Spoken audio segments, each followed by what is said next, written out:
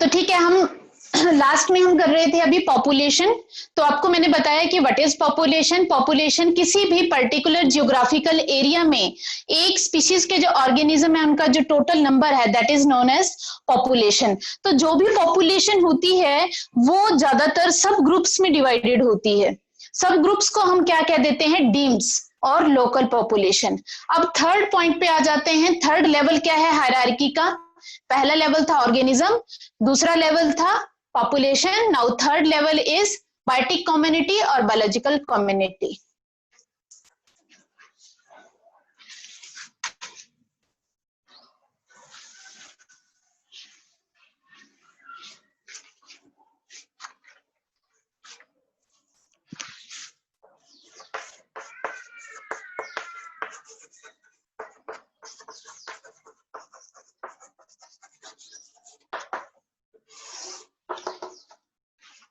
Now what is biotic community? हमने population देख ली जिसमें हम एक ही स्पीशीज की बात कर रहे थे। अब बायोटिक कम्युनिटी क्या होती है? It is the total number of population of different species present in a particular area, that is assemblage of different population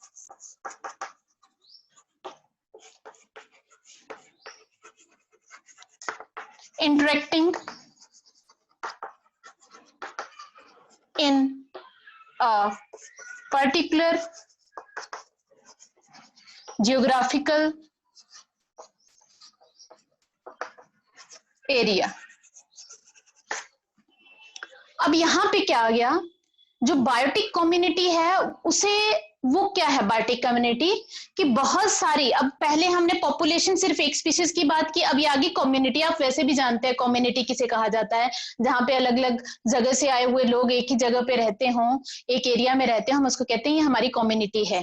तो इन द सेम वे अलग अलग जो पॉपुलेशन हैं, अलग अलग पॉपुलेशन मतलब अलग अलग स्पीशीज की पॉपुलेशन, वो जब एक पर्टिकुलर एरिया में रहती हैं और एक दूसरे के साथ इंटरेक्ट करते हैं, that is known as biotic community. अब हम पॉन्ड का ही एग्जांपल लेके चल पड़ते हैं। ठीक है, ये है पॉन्ड।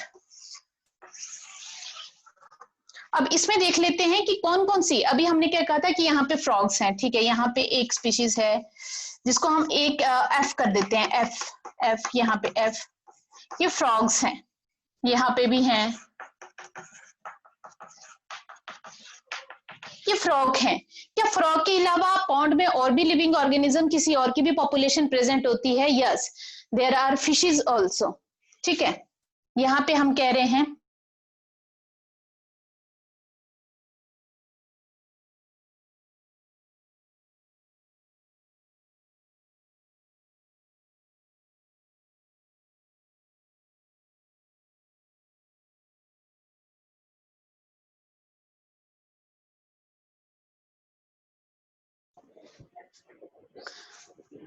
तो हम बायोटिक कम्युनिटी स्टडी कर रहे थे, जिसमें आपको बायोटिक कम्युनिटी में क्या बताया है कि एक ही जियोग्राफिकल एरिया में जो बहुत सारी पॉपुलेशंस हैं वो आपस में इंटरेक्ट करती हैं, उस पूरी को हम बोलते हैं। लेकिन ध्यान रखेंगे इसमें हम वाटर इंक्लूड नहीं करेंगे, हम सिर्फ लिविंग की बात कर रहे हैं। तो जितनी भी लिविंग, अब साइड में प्लांट्स भी हैं जो कि यहाँ से वाटर लेते हैं, तो ये भी इसमें इंक्लूड हो गए। अब ये तो है जो हमें दिखाई देते हैं, लेकिन इसके अलावा और भी ऑर्गेनिज्म है। अगर हम पॉन्ड का बॉटम देखेंगे तो बॉटम पे बहुत सारे बैक्टीरिया, बहुत सारे फंगस ऑर्गेनिज्म, फंगल ऑर्गेनिज्म है जो वहां पे ग्रो कर रहे होंगे और वहां पे जो है डिकम्पोजिशन की प्रोसेस को कर रहे हैं, तो वो भी इसी बायोटिक कम्युनिटी का पार्ट होंगे। तो ये क्या है, एक किसी भी आप बेटर लेवल को डिस्क्राइब करोगे तो आप एक डेफिनेट एरिया में ही डिफाइन करोगे उसको।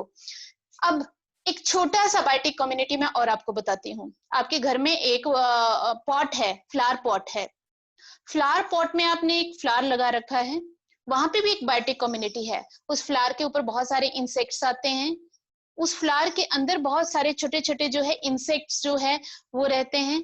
वहां जो सोयल है उसके अंदर बहुत सारे बैक्टीरिया रहते हैं। तो ये सारे मिलके भी क्या कर रहे हैं, उसकी बायोटिक कम्युनिटी को बना रहे हैं जो एक फ्लावर पॉट है। तो आप उसमें लिविंग ऑर्गेनिज्म को ही इंक्लूड करेंगे, that is known as biotic community और बायोलॉजिकल कम्युनिटी। अब आ जाती है नेक्स्ट लेवल पे, आ जाते हैं हम इकोसिस्टम।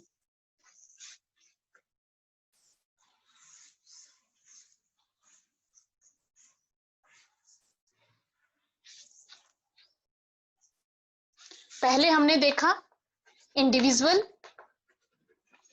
फिर हमने देखा पॉपुलेशन, फिर हमने पढ़ा बायोटिक कम्युनिटी। अब हम नेक्स्ट लेवल पे आ जाते हैं ecosystem.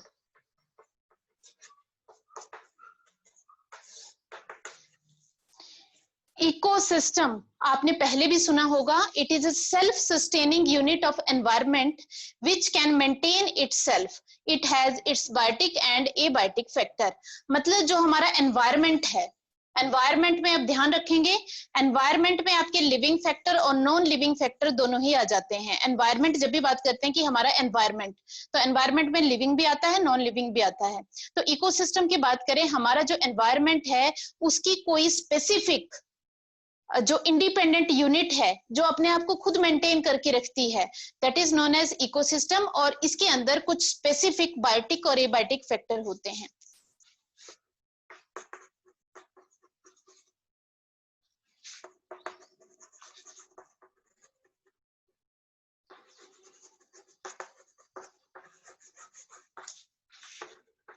Self sustaining unit of environment which has specific biotic as well as abiotic factors, abiotic components। ये हमारे एनवायरनमेंट की एक यूनिक, इफ सेल्फ सस्टेनिंग का मतलब है कि खुद की सारी प्रोसेसेस कर रही है। प्रोसेसेस क्या होती है, इसके अंदर अपने फूड चेन है, इसके अंदर अपने फूड वेब हैं, एनवायरनमेंट से ये रिसोर्सेज को लेता है, इसके ऑर्गेनिज्म ने वहां पे पूरी तरह से इस्टेब्लिश कर रखा है। तो ये जो भी स्ट्रक्चर है, एनर्जी का फ्लो होता है इसमें, मैटर का फ्लो होता है इसमें, डीकम्पोजिशन होती है, ये सारी प्रोसेसेस को अपने आप मेंटेन करके रखता है। तो उस यूनिट को हम कहते हैं इकोसिस्टम। एग्जाम्पल क्या है इसके अपने, एक वर्ड मैंने यूज किया, it has specific biotic as well abiotic factor. Specific word का मीनिंग क्या था, जो बाकी इकोसिस्टम से डिफरेंट होंगे, बाकियों में अलग होगा, इसमें थोड़ा अलग मिलेगा आपको, वही इसकी यूनिकनेस होती है। अब एग्जांपल लेके चल रहे हैं तो अब ले ही चलते हैं पॉन्ड को ही। पॉन्ड, पॉन्ड के अंदर हमने बहुत सारी कम्युनिटीज पढ़ ली, A B C D E F G H, बहुत सारी कम्युनिटीज हैं इसके अंदर, मतलब लिविंग पॉपुलेशंस हैं। लिविंग के अलावा अब हम ये भी देखेंगे कि इस पॉन्ड के अंदर और क्या है।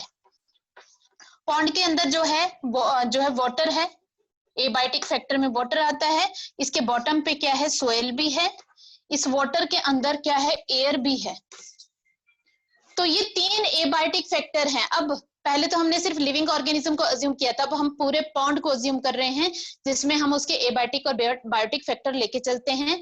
पॉन्ड में जो सारी प्रोसेसेस होती हैं ये पॉन्ड खुद मैनेज करता है, इसके ऑर्गेनिजम्स के बीच में प्रॉपर फूड वेब है, डिकम्पोजिशन हो रही है, प्रोड्यूसर हैं इसके पास जो एल्गी की फॉर्म में जो फोटोसिंथेसिस करते हैं, उनको खाने वाले आगे जो ऑर्गेनिज्म है वो प्रेजेंट है, लार्वी हैं बहुत सारे, उनको खाने वाली फिशेस प्रेजेंट है, उनको खाने वाले फ्रॉग्स प्रेजेंट है, एक्वेटिक बर्ड्स भी होंगे वहां पे।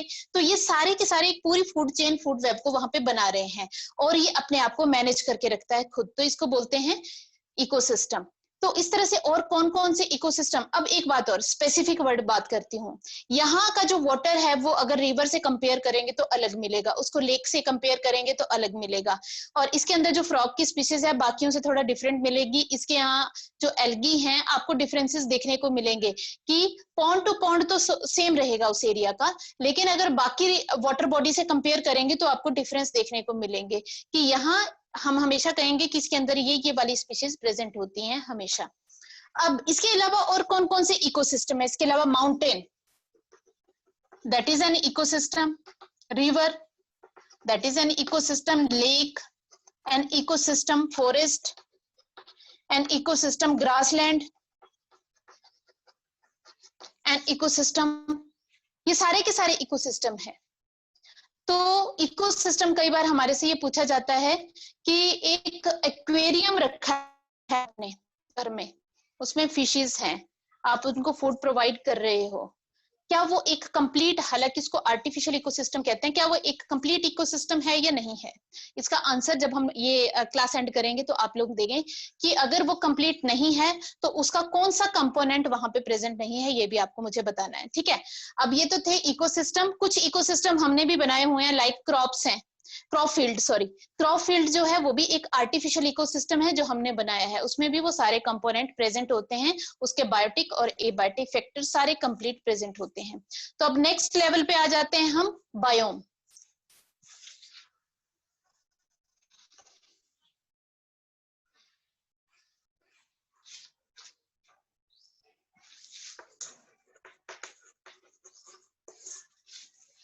अब ये काफी बड़ा नाम है।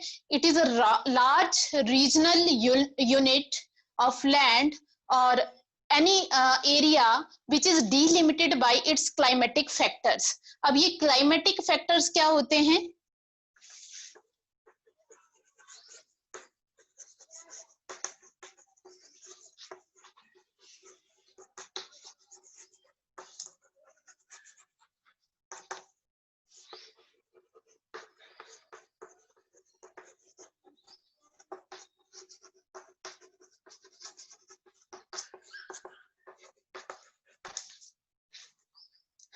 क्लाइमेटिक फैक्टर्स जो है, और इसमें भी वही बात है, सेम फ्लोरा और फोना की बात करें तो इसका भी अपना स्पेसिफिक फ्लोरा और फोना है, having specific flora and fauna। What is flora and fauna? Flora is the type of plants present there and fauna is type of animals present there। तो इसका भी स्पेसिफिक होता है। तो ये बायोम क्या है? देखने में इकोसिस्टम जैसा ही लग रहा है, लेकिन इसका एरिया लार्ज है। अब डिलिमिटेड बाय क्लाइमेटिक फैक्टर, क्या मीनिंग है? डिलिमिट कि इसको एक चीज है जिसने बाकियों से सेपरेट कर दिया, वो इसका क्लाइमेट है। तो बायोम के एग्जांपल दूंगी तो आप समझ जाएंगे। जैसे हम कहेंगे पोलर रीजन्स का है, आर्कटिक टुंड्रा है, ट्रॉपिकल रेन फॉरेस्ट है, डेजर्ट है। तो ये एक काफी बड़े एरिया है, रेन फॉरेस्ट, डेजर्ट, ओशन, ये ट्रॉपिकल रे, हाँ, टुंड्रा रीजन। तो ये सारे के सारे क्या हैं? अल्पाइन फॉरेस्ट, ये सारे क्या हैं? अल्पाइन रीजन जिसको कहते हैं। ये बायोम है जो कि बाकियों से कैसे डिफरेंट है। अब हम डेजर्ट की बात करते हैं कि मेन एक डेजर्ट है, वो बाकियों से, ये इतना बड़ा बायोम है, बाकियों से कैसे डिफरेंट है? इसका हमें पता है, यहाँ एवरेज टेम्परेचर बहुत ज्यादा रहता है, इसकी स्पेसिफिक वेजिटेशन है जो कि बाकी जगह पे कहीं नहीं प्रेजेंट होती है। इसको बाकियों से, इसमें जो प्रेसिपिटेशन है, रेनिंग है, वो बाकियों के कंपैरिजन में बहुत ही कम होती है। इसी तरह हम रेन फॉरेस्ट की बात कर लेते हैं। रेन फॉरेस्ट का जो एवरेज टेम्परेचर होता है, हम मानते हैं कि 35 डिग्री सेल्सियस तक होता है, और यहाँ पे जो इसकी वेजिटेशन है बहुत यूनिक होती है, यहाँ रेनिंग बहुत ज्यादा होती है, बाकियां में है। एक बहुत एरिया है, इसका एक पर्टिकुलर क्लाइमेट होता है। अब क्लाइमेट वर्ड मुझे नहीं पता आप सभी को पता होगा या नहीं होगा, दो वर्ड होते हैं, एक वेदर और एक क्लाइमेट। दोनों को मैं अभी एक्सप्लेन करती हूँ। लास्ट जो फैक्टर है इकोलॉजी का वो देख लेते हैं, फिर डिस्क्राइब करते हैं। ये तो था बायोम। बायोम के बाद आ जाता है बायोस्फीयर।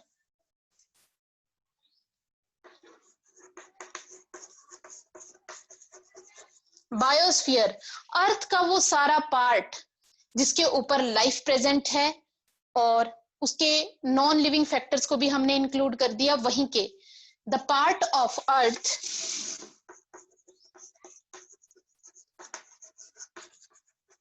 inhabited by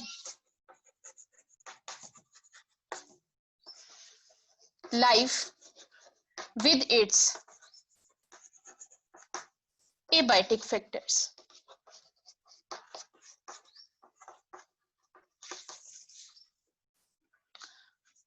ये पूरी अर्थ के ऊपर का, अर्थ का वो पार्ट है जहां पे लाइफ प्रेजेंट है, और वहीं के नॉन लिविंग फैक्टर को भी हम इसी के साथ एसोसिएट करते हैं, तो that is known as biosphere. तो यहाँ तक आपके थे इकोलॉजी के जो बेसिक लेवल्स हैं वो डिस्क्राइब किए। तो नेक्स्ट जो हम वीडियो हमारा होगा, नेक्स्ट जो हमारा लेक्चर होगा, उसमें हम डिस्कस करेंगे कि ऑर्गेनिज्म किस तरह से उसको बाकी जो ऑर्गेनिज्म को फैक्टर्स हैं, टेम्परेचर कैसे अफेक्ट करेगा, ऑर्गेनिज्म को वाटर कैसे अफेक्ट करेगा, या उसको लाइट कैसे अफेक्ट करेगी, ये हम फैक्टर्स देखेंगे नेक्स्ट वीडियो में। मैम यहाँ पे रिकॉर्डिंग बंद करें, पर बच्चों के साथ मैंने डिस्कशन करना है, आप बाकी बच्चों को अनम्यूट कर दें एक बार।